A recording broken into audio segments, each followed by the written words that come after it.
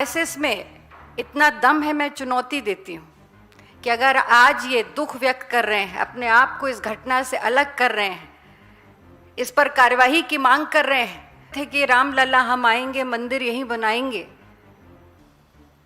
और इसी नाम पर वोट मांगते तो एक नहीं 4 बार उत्तर प्रदेश में इसी नाम पर इन्होंने सरकार। कल से टेलीप्रॉम्प्टर पर पढ़े गए एक बयान पर लगातार हम सब देख रहे हैं। सबसे बड़ी बात यह है कि ये टेलीप्रॉम्प्टर दिल्ली से चल के नागपुर कब पहुंच गया ये पता नहीं चला, पर जिस तरह से आरएसएस के सह कार्यवाहक दत्तात्रेय होसबोले जी ने एक स्क्रिप्टेड टेलीप्रॉम्प्टर पर लिखे हुए बयान को पढ़ा, वो और भी आश्चर्यजनक है। जिस तरह से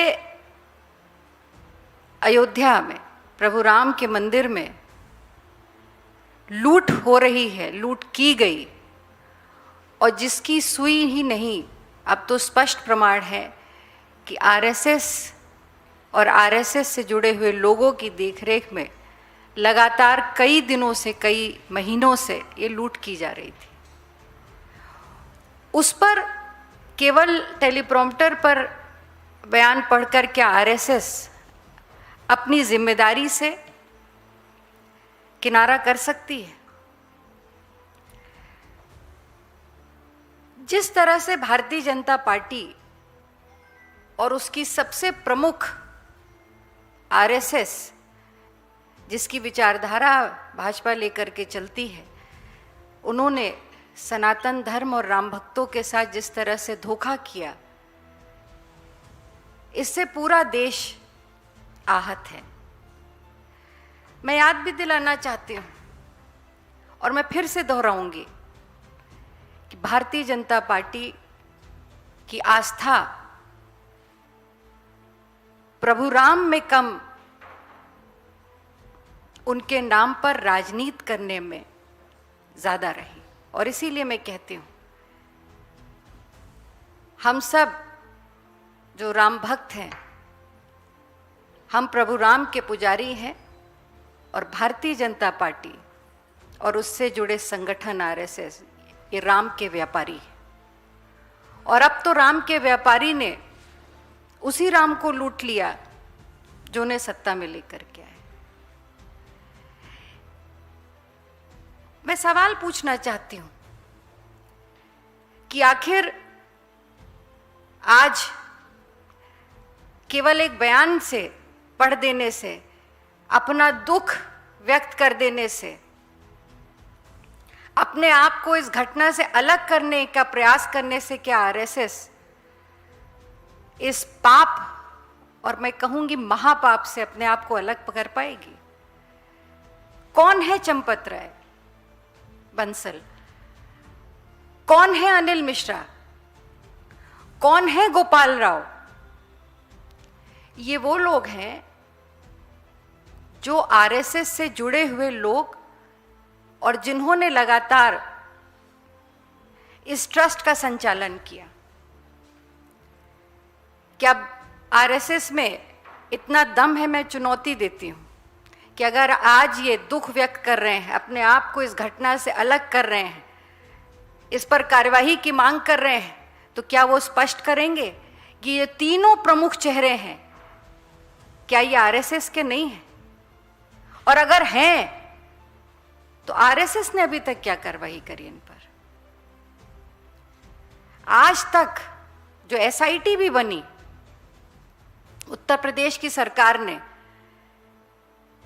उस एसआईटी में जो एफआईआर भी हुई, वो भी किन पर हुई? एक ड्राइवर पे हुई, किसी रसोइये पे हुई, छोटे छोटे कर्मचारियों पे हुई। जो लोग इसका संचालन ट्रस्ट का कर रहे थे, उन पर क्यों नहीं एफआईआर की गई? पूछताछ तो की आपने, पर एफआईआर क्यों नहीं करी? जवाबदेही किसकी है? जो मालिक बनकर के वहां बैठे थे, जवाबदेही तो उनकी है। और आज जो सबसे बड़ी चीज सामने आई और जो मैं कहती हूं सबसे भयानक बात सामने आई कि इस ट्रस्ट में आपको थोड़ा सा अतीत में ले जाऊंगी, क्योंकि मैं उसी अवध प्रांत से आती हूं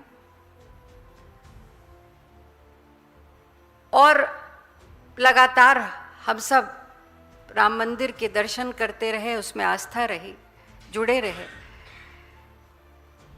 जब ये पूरा प्रकरण लगातार चल रहा था, मैंने उत्तर प्रदेश की राजनीति का वो दौर भी देखा है, जब ये नारा तो देते थे कि राम लला हम आएंगे, मंदिर यहीं बनाएंगे,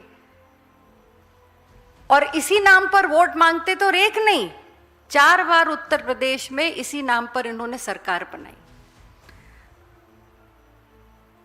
और उत्तर प्रदेश के सदन के अंदर भारतीय जनता पार्टी के तत्कालीन मुख्यमंत्री, जो आज नहीं है हमारे बीच में, स्वर्गीय कल्याण सिंह जी ने कहा था कि हमारी सरकार बनेगी तो हम मंदिर बनाएंगे। सदन में कहा था। सरकार, प्रदेश के जनता ने, राम भक्तों ने, सबने आस्था दिखाई, सरकार बनी। और सरकार बनने के बाद जब उनसे सदन में पूछा गया कि कब बनेगा राम मंदिर, तो उन्होंने कहा था जब केंद्र में सरकार बनेगी। फिर एक बार राम भक्तों ने आस्था दिखाई, केंद्र में भी सरकार बन गई। वाजपेयी जी की 3 बार सरकार बनी, तब केंद्र में भी सरकार थी, प्रदेश में भी सरकार थी, पर राम मंदिर नहीं बनाया, क्योंकि राम मंदिर भाजपा के लिए, आरएसएस के लिए केवल एक मुद्दा था।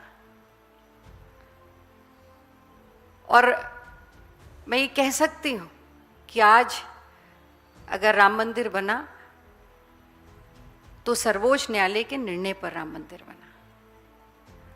और ये भी याद दिलाऊंगी कि जिस वक्त ये निर्णय हुआ, जब सर्वोच्च न्यायालय ने ये निर्णय दिया था 9 नवंबर 2019 में, उस वक्त उन्होंने सरकार की जिम्मेदारी दी थी, उस बेंच ने सरकार की जिम्मेदारी दी थी कि सरकार ट्रस्ट का देखरेख में ट्रस्ट का भी निर्माण होगा और राम मंदिर बनेगा। तो सरकार भी अपनी जिम्मेदारी से अलग नहीं हो सकती। और प्रदेश में भी भाजपा की सरकार है, केंद्र में भी भाजपा की सरकार है, तो क्या इस जिम्मेदारी से ये दोनों सरकारें अपने आप को अलग कर सकती हैं? कहां है ईडी, कहां है सीबीआई, कहां है इनकम टैक्स के छापे? कौन जवाब देगा? जो करोड़ों का चंदा चोरी हुआ, 1250 शिलाएं जो पूरे देश में लोगों ने आस्था से यहां भेजी थी, बहुत से आभूषण, उनका कोई लेजर तक नहीं है, कोई बही खाता नहीं। और इसके पीछे भी मैं आपको वजह बता दूं, ये परिपाटी भी आरएसएस की परिपाटी है, क्योंकि आरएसएस वो संस्था है जिसका ना रजिस्ट्रेशन है, ना उसकी कोई ऑडिट होती है, ना वो आरटीआई के एम्बिट में है।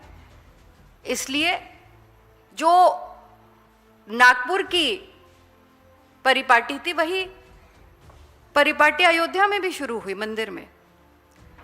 ट्रस्ट ने कोई बही खाता नहीं रखा, आरटीआई के एम्बिट से बाहर रही, कोई नियंत्रण नहीं था। और जिन लोगों को, कर्मचारियों को, मैं ये बहुत स्पष्ट करती हूं, शायद आपकी जानकारी में भी हो, जो आज जिन लोगों के ऊपर एफआईआर हुई है और जिनको अरेस्ट किया गया है, जो छोटे कर्मचारी थे, और वो कर्मचारी भी नहीं थे, वो दैनिक वेतन पे थे, आउटसोर्स किए हुए कर्मचारी थे। ये वो कर्मचारी थे जिनको गिनने के लिए ट्रस्ट ने रखा था, ये वो लोग थे जिनकी लिस्ट खुद ट्रस्ट ने एसबीआई को दी थी, एसबीआई बैंक को, और एसबीआई बैंक ने उस आउटसोर्स एजेंसी से, जहां से वो सिक्योरिटी के लोगों को आउटसोर्स कर रहे थे, ये जो नामों की लिस्ट थी वो बैंक ने उनको दी थी, और ट्रस्ट के कहने पे आइडेंटिफाई किए हुए लोगों को वहां रखा गया था। उनकी कोई जांच नहीं हुई, उनके बैकग्राउंड के बारे में नहीं पता किया गया, और ट्रस्ट ने अपनी मर्जी के लोगों को एसबीआई और एजेंसी के माध्यम से वहां पे कार्यरत कराया। विडंबना देखिए,